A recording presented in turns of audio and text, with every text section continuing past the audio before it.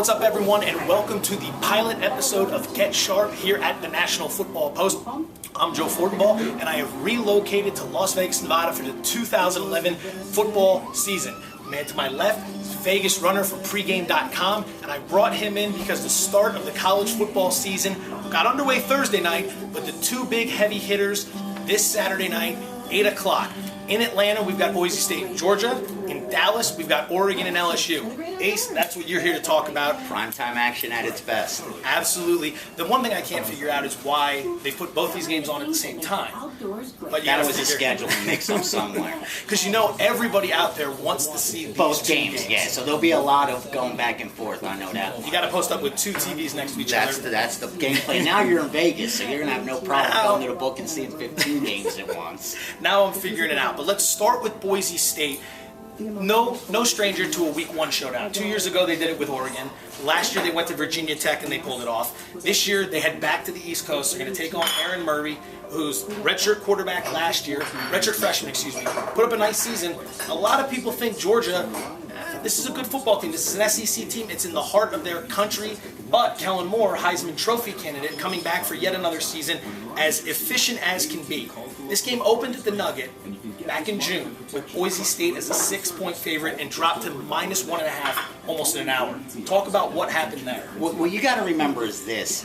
The future games, as far as those games of the year that are isolated, they're mostly primetime games, they're games that involve big-name teams, they get put out before the rest of the numbers. They're called games of the year. As most know, the Golden Nugget put out the first number. But what people need to understand is that it takes a very small amount of money to move those lines. In fact, a dime was forcing half-point to 1-point movements. So to get down from 6 to 1 really didn't take all that much money. You have to figure it took maybe between 6 and 10 dimes at the most to move a line almost 5+ points. As opposed to what might happen in the NFL, where if you're going to move a game 1 or 2 points on a Sunday. And what else you have to realize is that it's not the biggest betting syndicates. The most respected guys aren't the ones betting into them lines because the limits are so low. So, you know, for some of the biggest betting syndicates that are out here that get the respect, that can move a college line, move a pro football line, they're not betting into those numbers. There's just not enough action they're willing to take for them to tip their hand. And they're more moving down as after the rest of the board was put out, then it's worth it for them to pick apart weak numbers. But this was more a case of semi-wise guys, professional bettors coming in on Georgia. Exactly. Okay. Exactly. And you got to expect it was an SEC team and more or less a home dog. Yeah, it's in Atlanta, but that's their backyard. Exactly. And I think I had to give a home field edge to Georgia there, even though because it's an indoor stadium, you have to think the speed may help Boise State as well. So I wouldn't go as far as giving them 3 points for playing in the state. But I would shade the line about 1.5 in favor of Georgia. Right now, the way they see it, it's Boise State -3 coming to town, 50, what am I looking at here? 52, opened at 51. At this point, line's been bet into since June. It's a popular game. A lot of people have an eye on it. Is there any value left to get out of this on either side? I really think the value's still on the Georgia side. The betting public is going to bet Boise. There's no secret. They love Boise State. They love Boise State. Ever since the Oklahoma game. And what you got to remember is Boise cashed a lot of tickets over the years. They're one of only 3 teams in all of college football that are 60% or better against the spread in the last decade. The other 2, Virginia Tech and Ohio State. So they've covered numbers, they get public money, and they've cost the books a lot of cash over the years. So they're as inflated as you're going to get. And so far, they've been able to cover the number. But you got to remember, that was against whack competition.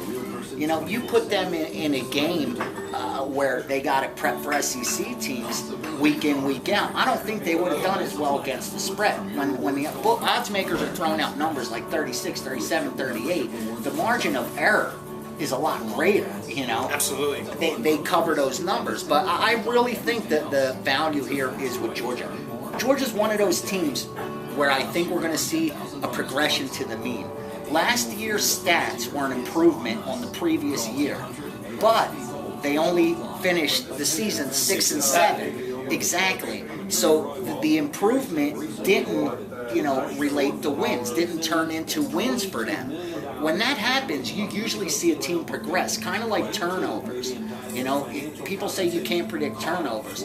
I think you could use turnovers to help you predict the following season as far as will a team regress, will they progress, did they get lucky, and I think in the case of Boise State, they're one of those teams that have won the battle of turnovers year in and year out. And they protect the football well. Kellen Moore, 99 touchdowns, 19 interceptions in 3 years. All right, moving to Dallas. This is another big showdown. Number 3, Oregon. Number 4, LSU. The last time we saw Oregon, they were losing by this much in the national championship game. This game has been a roller coaster since the line opened. It's been on the board. It's been off the board. It's swung back and forth. Suspensions, drama, left and right.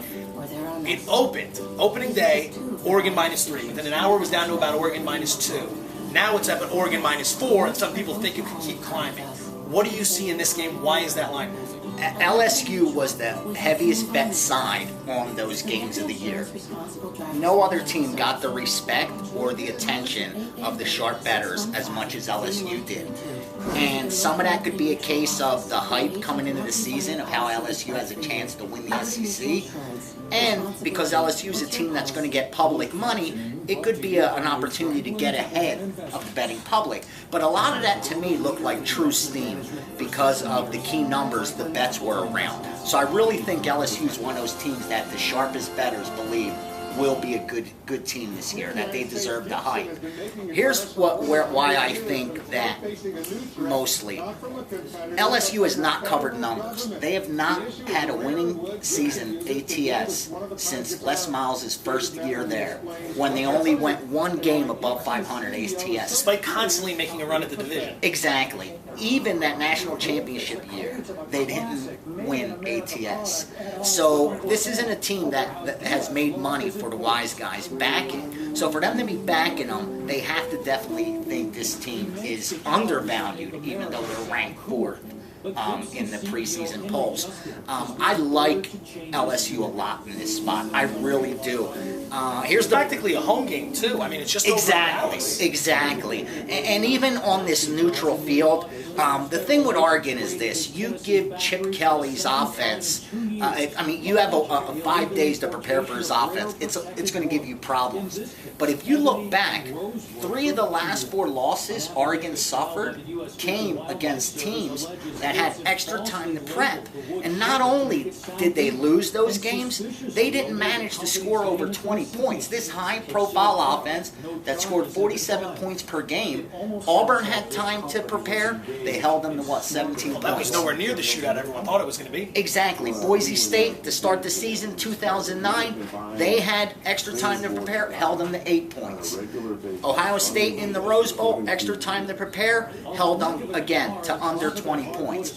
I think this Georgia team, SEC team, LSU, excuse me, we just covered Georgia. This LSU team, SEC team as well. I just think the speed on defense is going to be too much for Oregon. I really do. As good as they are with that spread offense, as fast as they are, I think they're about to face a defense where the speed's going to be a factor. We saw what happened to them when they went up against an Auburn team. I think this defense is faster. And practicing in that heat, you have to be extremely well conditioned against this Oregon team, which loves to go up-tempo. Keynotes in this game: Cliff Harris, the All-American corner from Oregon, he's out due to a suspension. Jarrett Lee will start at quarterback for LSU in place of Jordan Jefferson. You and I talked about this before the show. That's an upgrade. That's actually a benefit. Jefferson's never been a high-powered passing quarterback. 7 touchdowns, 10 interceptions. There's a reason LSU and Les Miles went out and grabbed Zach Mettenberger, the 4-star, they say, the 4-star JUCO transfer, who's a prolific passer,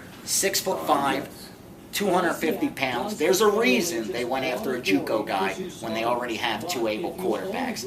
The passing game has been their biggest weakness the last few years. So when I saw that, I'm getting extra value because the quarterback situation, for me, that was a plus. That's an upgrade. And once they talk about this more throughout Saturday, obviously the chance of the spread going up even higher. You could have Oregon -5. The public loves teams that score points. The betting public loves teams that score points. You need to know that going in. More times than not, those teams will be inflated. And Oregon's one of those teams that gets money week in and week out, whether they're playing at home, whether they're on the road. They're going to get public money. Because of that, they're going to have inflated numbers. And in this spot against an LSU team, I just think the wrong team may be favored. VegasRunner, pregame.com. Make sure to check his stuff out, especially on Twitter. You'll find all that info throughout the article. But for now, thanks for tuning in, everyone, and enjoy the games tonight. Woo!